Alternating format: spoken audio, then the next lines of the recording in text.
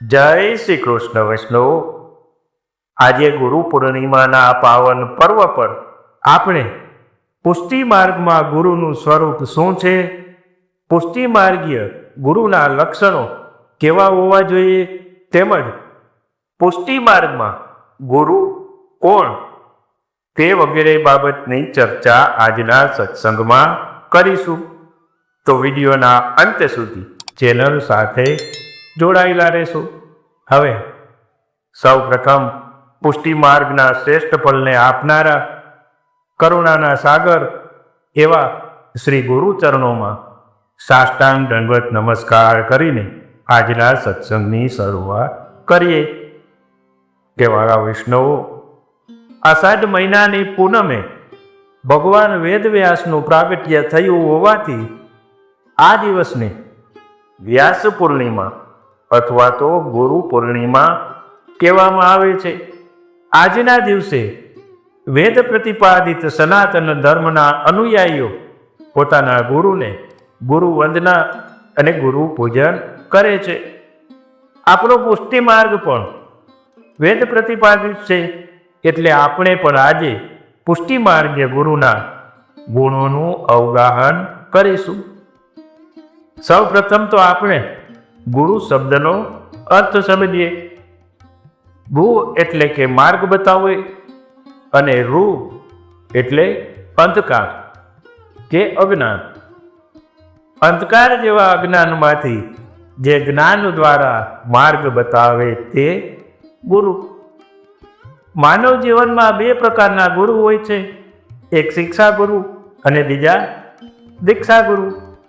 કક્ષા અનુસાર શિક્ષા ગુરુ બદલાય છે, પરંતુ દીક્ષા ગુરુ તો જીવનભર એક જ હોય છે। પ્રભુ પ્રાપ્તિના માર્ગે જે દીક્ષા પ્રદાન કરી પ્રભુ પ્રાપ્તિના માર્ગનું જ્ઞાન પ્રદાન કરે તે દીક્ષા ગુરુ।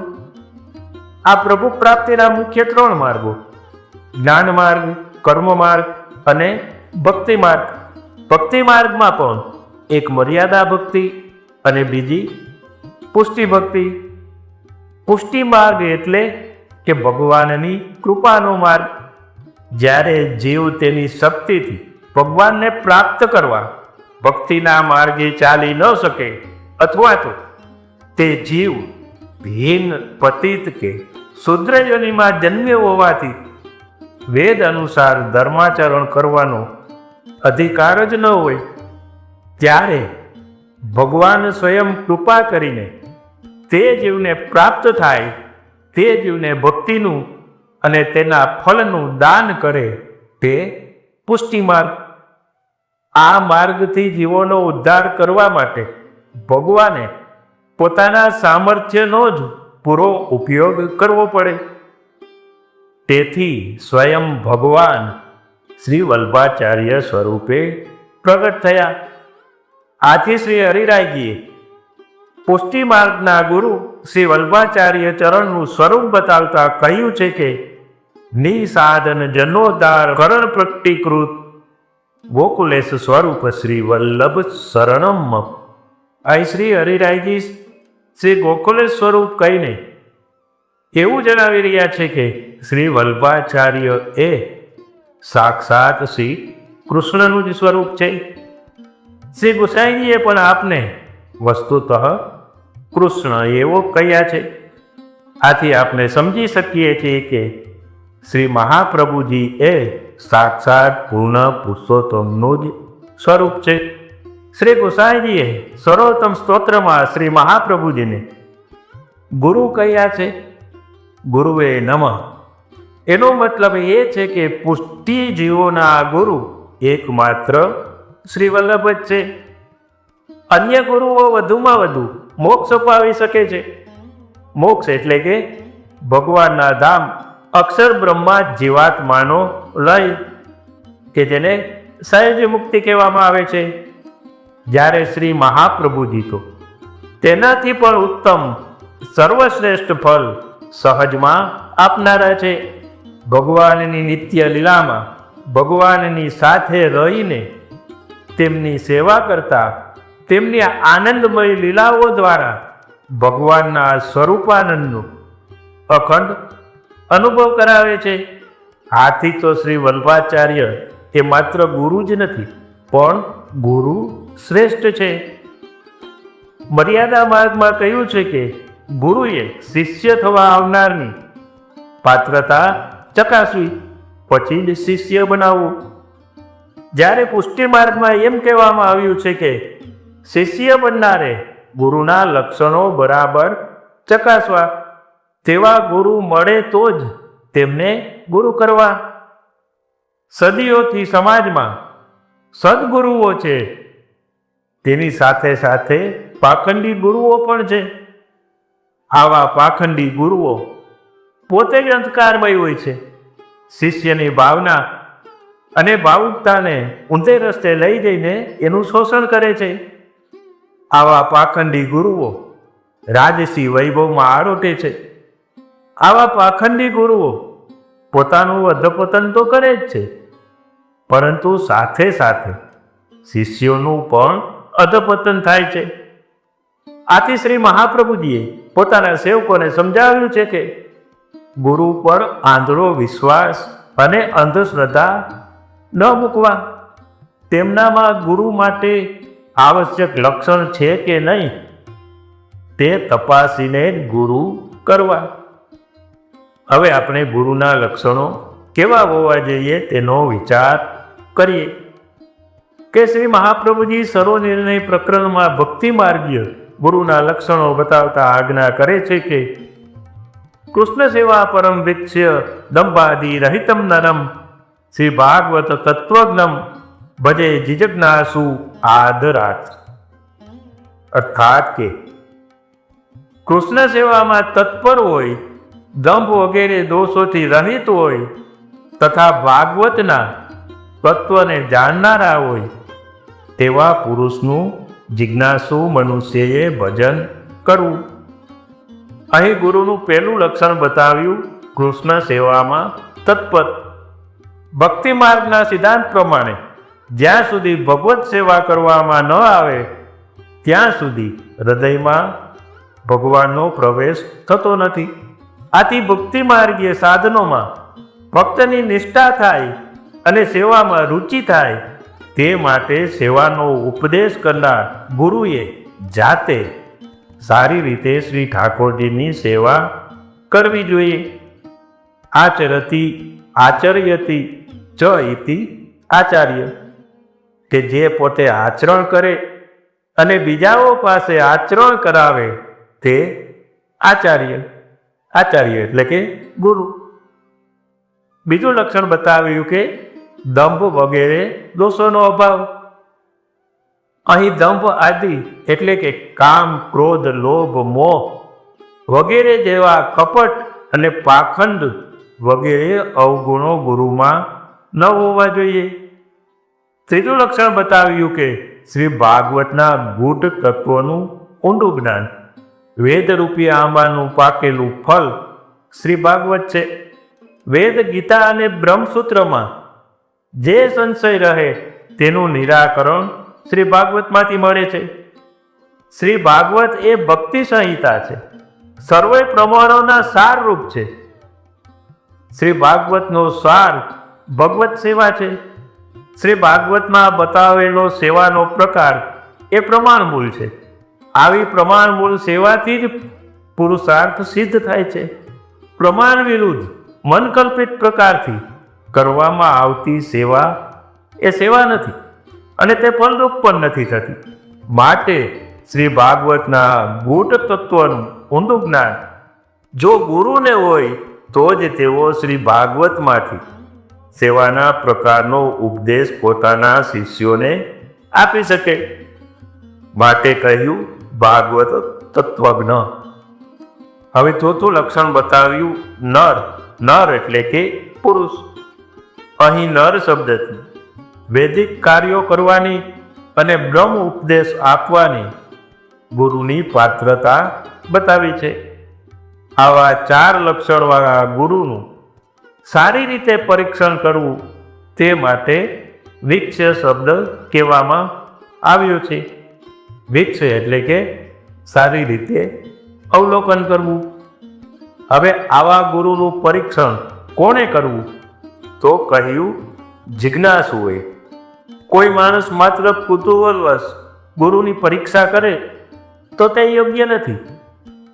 જેમ ચિત્ત સ્વામીએ ખોટું નારિયેળ અને ખોટો રૂપિયો લઈને શ્રી ગુસાઈજીની પરીક્ષા કરવા ગયા હતા.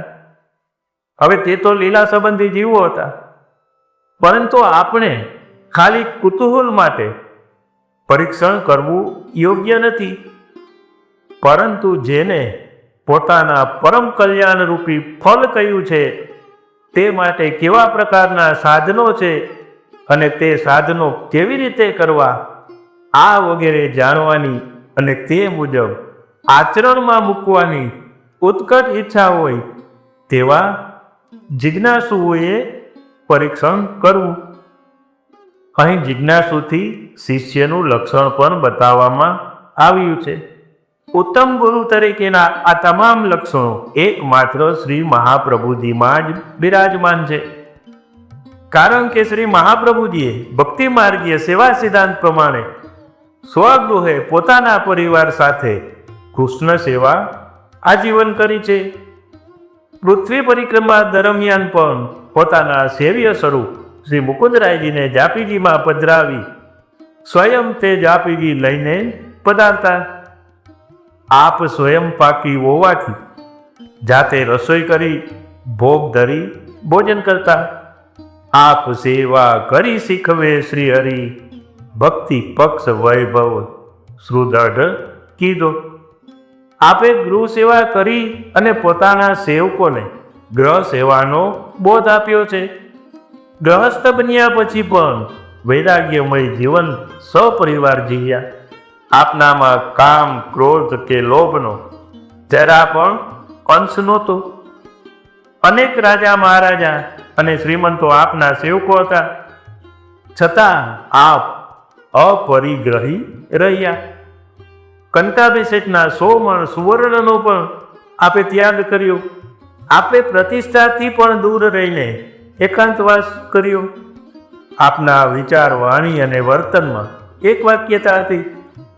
આપે શ્રી ભાગવતના ગૂઢ તત્વોને સમજાવવા શ્રી ભાગવતના 7 પ્રકારે અતિ સૂક્ષ્મતાપૂર્વક રહસ્યો સમજાવ્યા.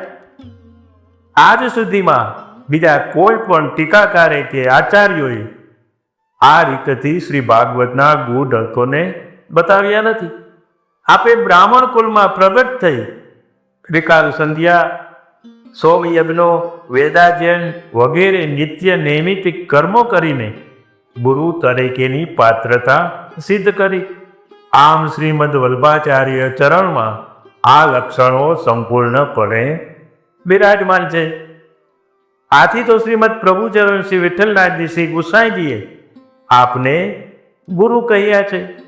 શ્રી સર્વોત્તમ સ્તોત્રમાં શ્રી ગુસાઈજી મહાપ્રભુજીને ગુરુ કહીને એવું જણાવી રહ્યા છે કે પુષ્ટિ માર્ગીય જીવોના ગુરુ એકમાત્ર શ્રી મહાપ્રભુજી જ છે. હવે સાંપ્રત સમયમાં પુષ્ટિ જીવોના ગુરુ કોણ તેનો વિચાર કરીએ કે સનાતન વૈદિક ધર્મમાં ગુરુ પરંપરા 2 પ્રકારે જોવા મળે છે. એક શિષ્ય પરંપરા અને બીજી સ્વવંશ પરંપરા. જ્યાં ગુરુ આજીવન બ્રહ્મચારી કે સંન્યાસી હોય ત્યાં ગુરુ પોતાના શિષ્યો પૈકી ઉત્તમ અધિકારી શિષ્યને પોતાના ઉત્તરાધિકારી તરીકે પોતાનું ગુરુપદ સોંપે છે. જ્યારે જે સંપ્રદાયમાં ગુરુ ગૃહસ્થ છે તે સંપ્રદાયમાં ગુરુપદ વંશ પરંપરાથી હોય છે. આપણા પુષ્ટિ માર્ગમાં ગુરુપદ સ્વવંશ પરંપરા મુજબ છે. શ્રી મહાપ્રભુજીને ગ્રહસ્થાશ્રમ સ્વીકારવાની લેશ માત્ર ઈચ્છા નહોતી. આપ તો આજીવન સંન્યાસી જીવન જ ઈચ્છતા હતા.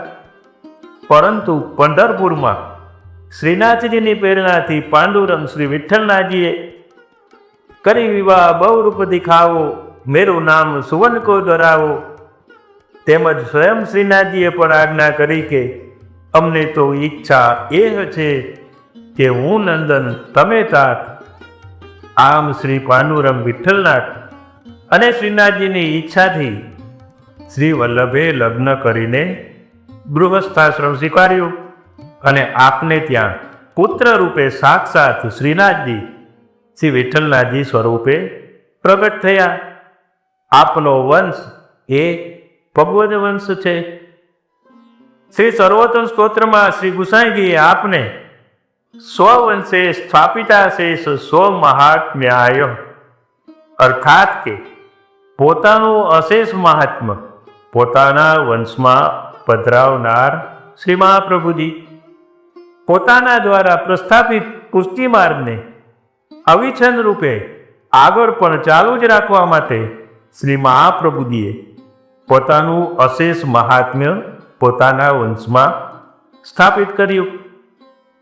આથી જ તો આપનું જ સ્વરૂપ એવા શ્રીમદ પ્રભુચરણ શ્રી વિઠ્ઠલનાથજી શ્રી ગુસાઈજી પછી કે શ્રી ગુસાઈજીના 7 પ્રતાપી પુત્રો કે જેમનામાં પ્રભુના સદગુણોમાંનો એક ગુણ વિદ્યમાન હતો તેવા 7 બાળકોનો વિશાળ વંશ આજે ભૂતલ ઉપર બિરાજમાન છે. અને પરંપરાથી શ્રી મહાપ્રભુજી અને શ્રી ગુસાઈજી દ્વારા પ્રસ્થાપિત પુષ્ટિ માર્ગની પ્રણાલિકાનું વહન કરી રહ્યા છે.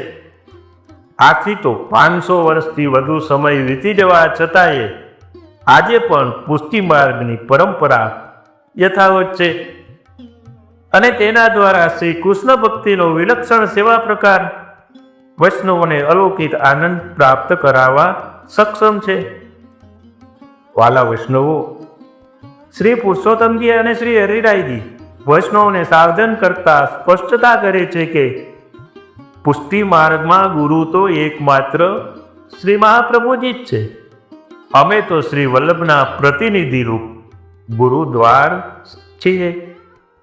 અહીં આપ પોતાને ગુરુદ્વાર કહીને એવું જણાવી રહ્યા છે કે બ્રહ્મ સંબંધ આપવાનો એકાધિકાર માત્ર શ્રી વલ્લભનો જ છે.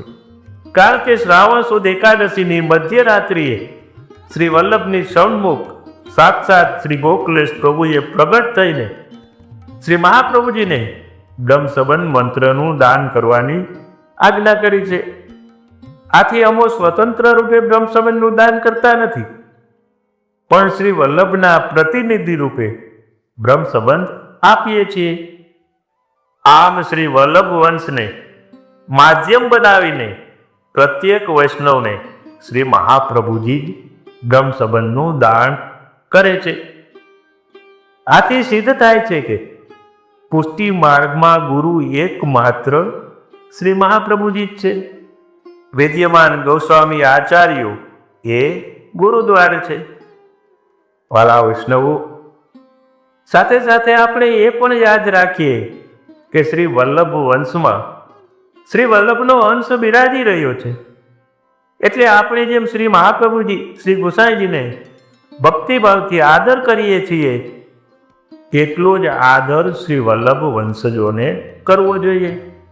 આપણે જ્યારે દંડવત કે ચરણસ્પર્શ કરીએ ત્યારે શ્રી વલ્લભને જ દંડવત ચરણસ્પર્શ કરી રહ્યા છીએ એવો ભાવ રાખો. આમ પુષ્ટિ માર્ગમાં ગુરુનું સ્વરૂપ અને ગુરુદ્વારનું મહત્વ રહેલું છે.